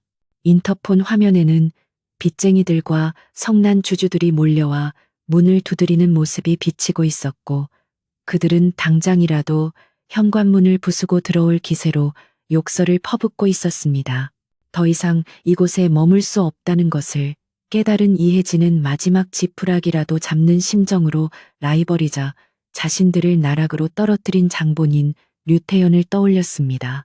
자존심이 상해 죽을 것 같았지만 지금 상황에서 유일하게 이 사태를 진정시키고 자신들을 구원해 줄 수 있는 힘을 가진 사람은 오직 승자인 류태현 뿐이라는 계산이 섰기 때문이었습니다. 이혜진은 박민지를 일으켜 세우며 류태현을 찾아가 무릎을 꿇고서라도 선처를 구해야 한다고 다그쳤고 민지는 죽어도 싫다며 발버둥 쳤지만 어머니의 매서운 손찌검에 결국 고개를 떨구었습니다. 그들은 몰래 준비해둔 비상구를 통해 펜트하우스를 빠져나왔고 변장 수준으로 모자와 마스크를 눌러쓴 채 택시를 잡아타고 미린의 중공업으로 향했습니다. 화려한 기사와 수행비서가 딸린 리무진 대신 냄새나는 택시 뒷좌석에 구겨져 앉은 그들의 처지는 불과 며칠 전과는 천지 차이로 전락해 있었습니다. 창밖으로 보이는 서울의 풍경은 여전히 화려했지만 그 빛은 더 이상 그들을 위한 것이 아니었고 그들은 마치 세상에서 도려내어진 썩은 살점 같은 기분을 느껴야 했습니다. 미린의 중공업에 도착한 그들은 로비 안내 데스크에서부터 문전박대를 당했는데 과거에는 귀빈 대접을 받으며 프리패스로 통과하던 곳이었지만 이제는 경비원들의 차가운 시선을 받으며 신분증 검사를 당해야 했습니다. 이혜진이 마스크를 벗고 자신의 정체를 밝히자 경비원들은 경멸 어린 눈빛을 보내면서도 상부의 지시가 있었는지 의외로 순순히 그들을 들여보내 주었습니다. 엘리베이터를 타고 최상층으로 올라가는 동안 두 모녀는 거울을 보며 옷매무새를 다듬고 불쌍한 표정을 연습하며 류태연의 동정심을 유발할 작전을 짰습니다. 그들은 여전히 류태연이 자신들의 미모나 눈물에 약할 것이라는 어리석은 착각 속에 빠져 있었고 그가 어떤 마음으로 그들을 기다리고 있는지 짐작조차 하지 못했습니다. 류태연의 집무실 문이 열리고 그들이 들어서자 넓은 사무실 한가운데 놓인 소파에 다리를 꼬고 앉아 차를 마시는 류태연의 모습이 눈에 들어왔습니다. 그는 고개도 들지 않은 채 찻잔을 내려놓으며 왔습니까? 라는 짧은 인사만을 건넸고 그 목소리에는 어떠한 감정도 실려 있지 않아 더욱 섬뜩하게 느껴졌습니다. 이혜진은 짐짓 눈물을 글썽이며 다가가 류태연의 바짓가랑이를 잡으려 했지만 그의 차가운 눈빛에 압도되어 주춤거리며 자리에 멈춰섰습니다. 이사님 제발 저희를 도와주세요. 한 번만 살려주시면 평생 은혜를 잊지 않고 무엇이든 하겠습니다. 크로노스의 지분이라도 전부 넘기겠습니다. 라며 그녀는 비굴하게 애원하기 시작했습니다. 박민지 또한 옆에서 흐느끼며 저는 시키는 대로 했을 뿐이에요. 엄마가 다 시킨 일이라고요. 저는 아직 젊은데 감옥에 갈 수는 없어요. 제발 부탁드려요 라며 모든 책임을 어머니에게 떠넘기는 추태를 보였습니다. 류태연은 그들의 역겨운 연극을 묵묵히 지켜보다가 피식 헛웃음을 터뜨렸는데 그 웃음소리가 너무나 건조하고 차가워 실내의 온도가 뚝 떨어지는 듯 했습니다. 그는 자리에서 일어나 창가로 걸어가며 지분이라 당신들이 가진 건 이제 휴지 조각일 뿐인데 그걸로 뭘 하겠다는 겁니까? 그리고 은혜라니 그런 단어가 당신들 입에서 나오니 참으로 역설적이군요.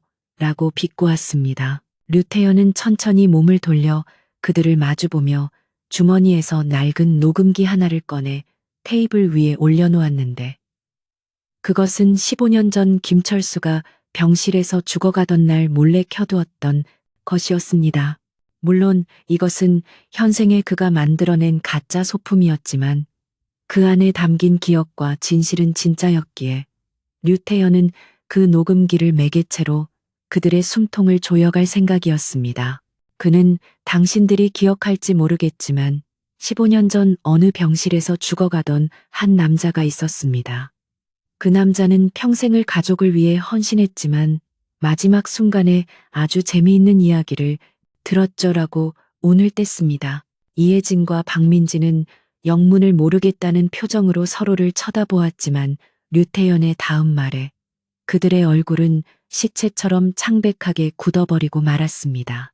사망보험금 3억 5천만 원 그리고 강남의 40평대 아파트 입주권 남편의 심장 박동이 멈추기도 전에 계산기를 두드리며 웃던 그 목소리가 아직도 생생합니다. 라고 류태연은 나지막이 읊조렸습니다.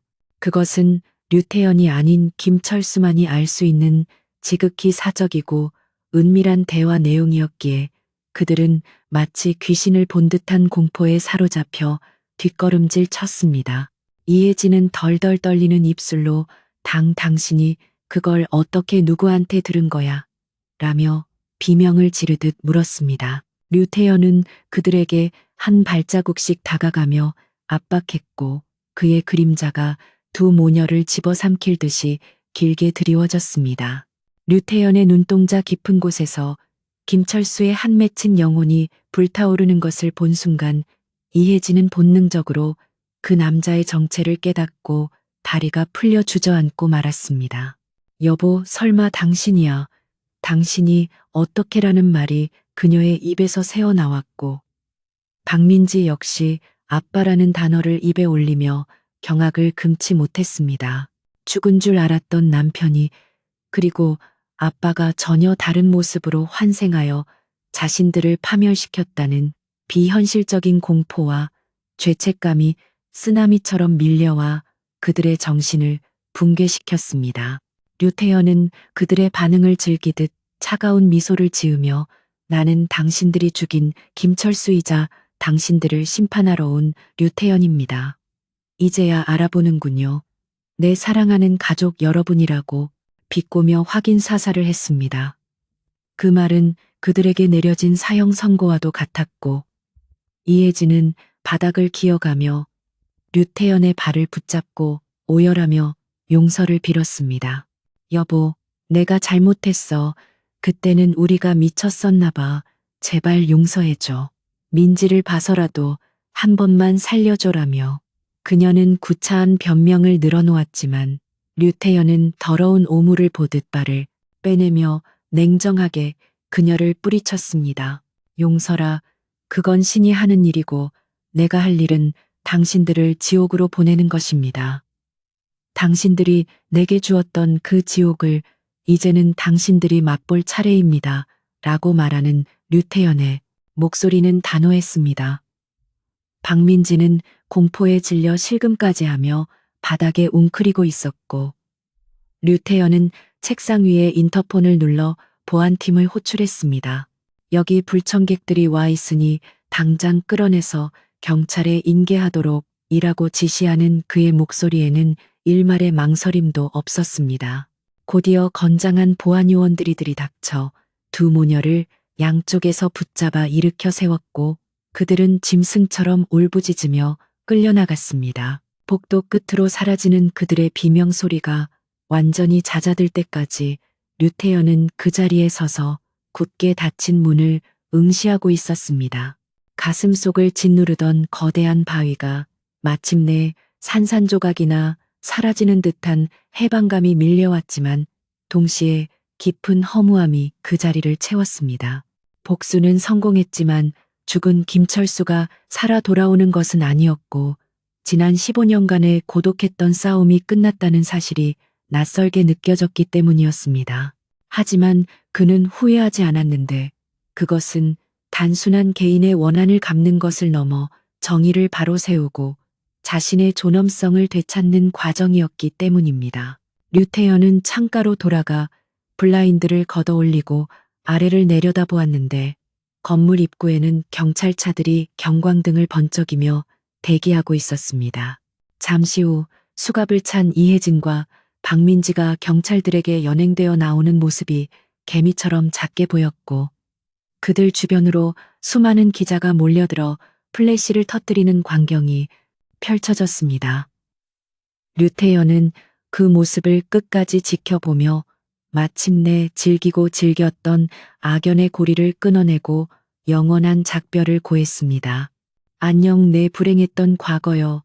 다시는 만나지 말자라고 속삭이며 그는 돌아섰고 그의 얼굴에는 비로소 진정한 평온함이 깃들기 시작했습니다. 비서실장이 노크 후 들어와 검찰청에서 참고인 조사를 위한 출석 요구서가 도착했다고 보고했지만 류태연은 담담하게 고개를 끄덕이며 일정을 조율하라고 지시했습니다. 그는 이제 숨길 것도 두려울 것도 없었기에 당당하게 세상 앞에 나서서 모든 진실을 밝히고 크로노스가 저지른 비리의 껍질을 벗겨내는 작업에 협조할 생각이었습니다. 그것이 엔지니어로서의 양심이자 대한민국 항공우주 산업의 건전한 발전을 위한 마지막 의무라고 생각했기 때문입니다. 그는 책상 위에 쌓여 있던 크로노스 관련 서류들을 모두 쓰레기통에 쓸어 담아버리고는 깨끗해진 책상을 보며 새로운 시작을 다짐했습니다. 창밖에는 어느새 어둠이 내려앉고 도시의 불빛들이 하나둘 켜지기 시작했지만 류태연의 집무실은 그 어느 때보다 밝고 따뜻한 기운으로 가득 차 있었습니다. 그는 서랍 깊숙한 곳에서 꺼낸 새로운 프로젝트 기획안을 펼쳐들었는데 그것은 바로 한국형 발사체 개발을 위한 장기 로드맵이었습니다. 복수라는 과거의 족쇄에서 벗어난 그는 이제 오로지 자신의 꿈과 미래를 위해 날아오를 준비를 하고 있었고 그의 눈빛은 소년 시절 하늘을 동경하던 그때처럼 순수하고 열정적으로 빛나고 있었습니다. 밤늦게까지 이어진 업무를 마치고 퇴근하는 길, 류태연은 회사 정문 앞에 서 있는 나측은 얼굴을 발견하고 잠시 걸음을 멈추었습니다. 그는 다름 아닌 강 대령이었는데 사복 차림으로 쑥스럽게 웃으며 류태연에게 맥주 한잔하자고 제안했습니다. 평소 같았으면 피곤하다며 거절했겠지만 류태연은 오늘만큼은 누군가와 함께 축배를 들고 싶다는 생각이 들어 흔쾌히 고개를 끄덕였습니다. 두 남자는 근처의 허름한 호프집으로 향하며 시시콜콜한 농담을 주고받았고 류태연의 입가에서는 15년 만에 처음으로 진심 어린 웃음꽃이 피어났습니다. 차가운 밤 공기가 뺨을 스치고 지나갔지만 더 이상 시리게 느껴지지 않았고 류태연은 하늘을 올려다보며 깊은 숨을 들이마셨습니다. 밤하늘에 반짝이는 별들이 마치 그에게 수고했다고 위로를 건네는 것 같았고 그는 이제야 비로소 진짜 류태연으로서의 삶을 살 수 있을 것 같은 확신이 들었습니다. 과거의 상처는 흉터로 남겠지만 그것은 그를 더욱 단단하게 만들어주는 훈장이 될 것이며 그는 그 훈장을 가슴에 달고 더 높은 곳을 향해 비상할 것이었습니다. 계절이 한 바퀴 돌아 다시 뜨거운 여름이 찾아온 나로 우주센터의 앞바다에는 팽팽한 긴장감과 함께 비릿한 바다, 내음이 진하게 배어 있었습니다. 지난 1년 동안 류태연은 세상의 소음과 단절된 채 오로지 대한민국 최초의 독자 우주 발사체 개발이라는 거대한 목표를 향해 쉼없이 달려왔습니다. 크로노스 그룹의 몰락 이후 항공우주 산업계는 미린의 중공업을 중심으로 빠르게 재편되었고 류태연은 명실상부한 업계의 리더로서 국가적인 프로젝트를 진두지휘하는 총괄, 책임자 자리에 올라 있었습니다. 거대한 조립동 안에서 위용을 드러낸 발사체 미린의 1호는 순수 국내 기술로 제작된 3단 로켓으로 류태연의 땀과 눈물 그리고 엔지니어로서의 영혼이 고스란히 녹아있는 결정체였습니다. 종합통제실의 중앙 좌석에 앉아 전면에 대형 스크린을 응시하고 있는 류태연의 눈빛은 1년 전 복수를 다짐하던 때의 서늘함 대신 깊은 신뢰와 차분한 열정으로 채워져 있었습니다. 그는 수백 개의 모니터에서 쏟아지는 데이터를 실시간으로 체크하며 각 파트의 책임자들과 간결하고 명확한 통신을 주고받고 있었습니다. 과거에는 혼자서 모든 짐을 짊어지려 했던 독불 장군이었지만 이제 그는 동료들을 믿고 그들의 능력을 최대한으로 이끌어내는 진정한 리더로 거듭나 있었습니다. 그의 곁에는 수석 연구원들이 든든하게 자리를 지키고 있었고 그들은 류태현의 눈빛만 봐도 무엇을 해야 할지 알 수 있을 만큼 완벽한 팀워크를 자랑하고 있었습니다. 발사대 위에 우뚝 솟은 하얀 로켓은 마치 하늘을 향해 뻗은 거대한 탑처럼 보였고 표면에 새겨진 태극 문양은 뜨거운 태양 아래서 눈부시게 빛나고 있었습니다. 저 로켓의 꼭대기에는 류태연이 직접 설계를 주도한 차세대 통신 위성이 탑재되어 있었는데 그것은 단순히 지구 궤도를 도는 기계를 넘어 그가 새롭게 얻은 삶의 희망을 우주로 쏘아 올리는 상징적인 의미를 담고 있었습니다. 류태연은 잠시 눈을 감고 지난 삶의 파편들을 떠올려 보았지만 신기하게도 더 이상 가슴 아픈 기억이나 증오심은 떠오르지 않았고 오로지 눈앞의 임무에 대한 숭고한 사명감만이 가슴을 벅차게 채웠습니다. 교도소의 차가운 철창 안에서 죗값을 치르고 있을 이혜진과 박민지의 소식은 가끔 뉴스의 단신으로 들려왔지만 류태연에게는 그저 스쳐 지나가는 남의 이야기일 뿐이었습니다. 들리는 바에 의하면 그들은 서로 탓을 하며 면회조차 거부한 채 비참한 수감 생활을 하고 있다고 했지만 류태연은 그들에게 연민조차 느끼지 않을 만큼 완벽하게 무관심해졌습니다. 그들은 류태연의 인생에서 이미 지워진 존재들이었고 그는 썩은 과거를 되새김질하느라 찬란한 현재를 낭비할 생각이 추호도 없었습니다.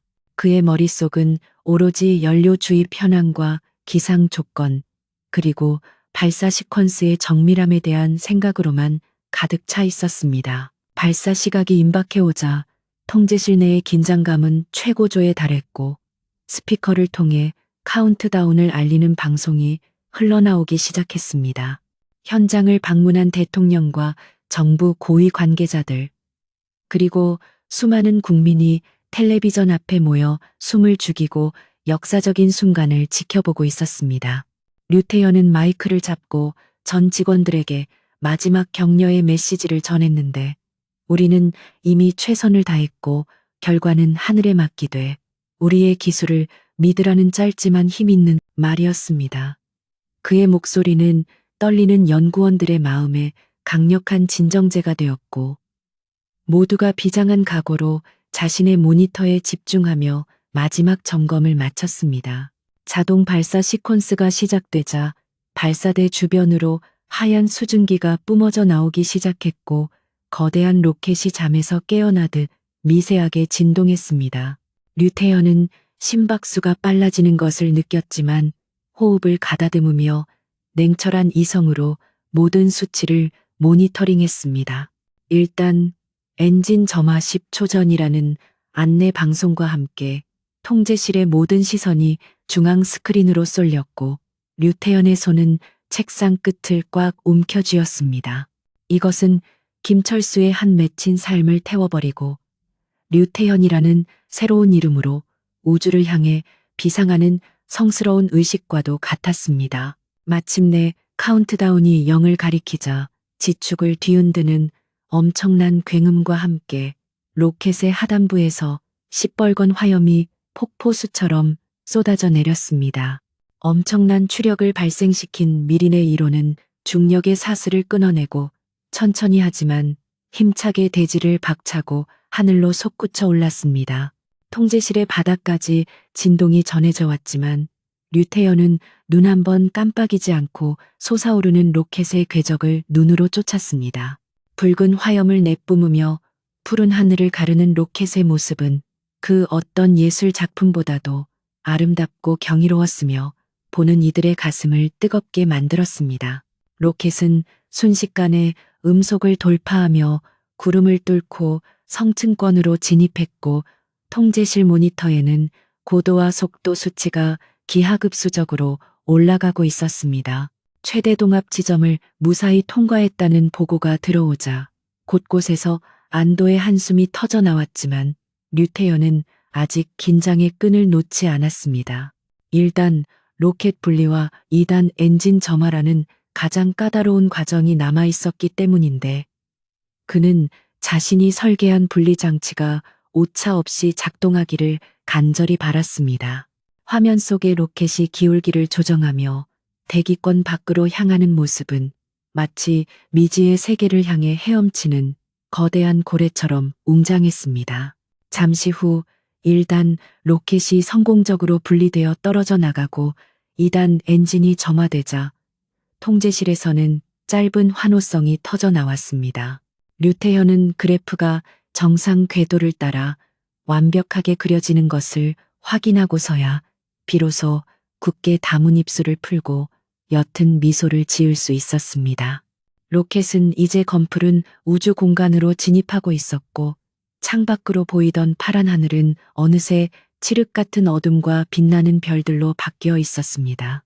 그것은 류태연이 어린 시절부터 그토록 동경해왔던 꿈의 풍경이었고 그는 마침내 자신의 손으로 만든 날개를 타고 그 꿈의 한가운데에 도달해 있었습니다. 마지막 3단 로켓이 연소 종료되고 위성이 목표 궤도에 진입하여 성공적으로 분리되었다는 신호가 수신되자 통제실은 그야말로 축제의 도가니로 변했습니다. 연구원들은 자리를 박차고 일어나 서로 얼싸안고 눈물을 흘리며 기뻐했고 모자나 서류 뭉치를 허공으로 던지며 환호했습니다. 류태연 역시 자리에서 일어나 벅차오르는 감동을 억누르지 못한 채 옆에 있던 동료들과 악수를 나누고 뜨거운 포옹을 했습니다. 15년이라는 긴 세월 동안 가슴속에 응어리져 있던 모든 아픔과 고통이 저 우주 밖으로 날아가 버린 듯한 해방감이 그를 감싸 안았습니다. 류태현은 축하 인사를 건네는 사람들의 틈을 빠져나와 잠시 조용한 발코니로 나갔는데 밤바다의 시원한 바람이 그의 땀방울을 식혀주었습니다. 그는 난간에 기대어 머리 위로 펼쳐진 광활한 은하수를 올려다보았는데 오늘따라 별들이 더욱 초롱초롱하게 빛나고 있는 것 같았습니다. 그는 마음속으로 전생의 자신인 김철수에게 마지막 작별 인사를 건네며 이제 편히 쉬라고 그리고 고맙다고 속삭였습니다. 김철수의 희생과 고통이 있었기에 지금의 류태현이 존재할 수 있었고 그의 기억은 류태현이 교만하지 않고 올바른 길로 갈 수 있도록 이정표가 되어 주었습니다. 그때 뒤에서 인기척이 느껴져 돌아보니 언제 왔는지 강대령과 젊은 연구원들이 샴페인 잔을 들고 서 있었습니다. 강대령은 류태현에게 잔을 건네며 당신이 해낼 줄 알았다고 말했고 연구원들은 존경의 눈빛으로 그를 바라보며 건배를 제의했습니다. 류태현은 그들의 환한 미소를 보며 자신이 더 이상 혼자가 아님을 깨달았고 이들이야말로 자신이 지켜야 할 진정한 가족이자 보물이라는 생각이 들었습니다. 그는 샴페인 잔을 높이 들어 올리며 우주를 위하여 그리고 우리의 미래를 위하여라고 외쳤고 모두가 한 목소리로 화답하며 잔을 부딪혔습니다. 축하 파티가 무르익어갈 무렵 류태현은 잠시 자리를 비우고 연구소 옥상으로 올라가 홀로 야경을 감상했습니다. 멀리서 들려오는 파도 소리와 사람들의 웃음소리가 어우러져 평화로운 화음을 만들어내고 있었고 그는 이 순간의 행복을 온전히 만끽하고 싶었습니다. 그는 주머니에서 작은 수첩을 꺼내 다음 목표인 달 탐사 프로젝트에 대한 아이디어를 적어 내려가기 시작했습니다. 하나의 끝은 또 다른 시작을 의미했고 그의 도전은 멈추지 않을 것이며 그의 시선은 이미 지구를 넘어 더 먼 우주를 향하고 있었습니다. 류태현은 난간에 기대어 서서 자신이 쏘아 올린 위성이 지나갈 밤하늘 어딘가를 응시하며 깊은 생각에 잠겼습니다. 배신과 죽음 그리고 환생이라는 기구한 운명을 겪었지만 결국 그는 스스로의 힘으로 운명을 개척하고 가장 높은 곳에 도달했습니다. 그는 이제 복수심이 아닌 순수한 호기심과 열정으로 살아갈 것이며 기술로 사람을 널리 이롭게 하겠다는 홍익인간의 정신을 실현하는 진정한 엔지니어가 될 것이었습니다. 그의 얼굴에는 과거의 그늘이라곤 찾아볼 수 없는 환한 빛이 감돌고 있었고 그것은 희망이라는 이름의 빛이었습니다. 어디선가 불어온 바람에 류태현의 머리카락이 흩날렸고 그는 상쾌한 기분으로 옥상을 내려와 동료들이 기다리는 곳으로 발걸음을 옮겼습니다. 복도 끝에서 그를 부르는 동료들의 목소리가 들려왔고 류태현은 내 갑니다 라고 대답하며 힘차게 달려갔습니다. 그가 달려가는 그 길은 밝은 조명으로 환하게 비치고 있었고 그 끝에는 그를 사랑하고 믿어주는 사람들이 팔을 벌리고 기다리고 있었습니다. 류태현의 입가에 번진 미소는 그 어느 때보다 편안하고 아름다웠으며 그의 두 번째 삶은 이제부터가 진짜 시작이었습니다.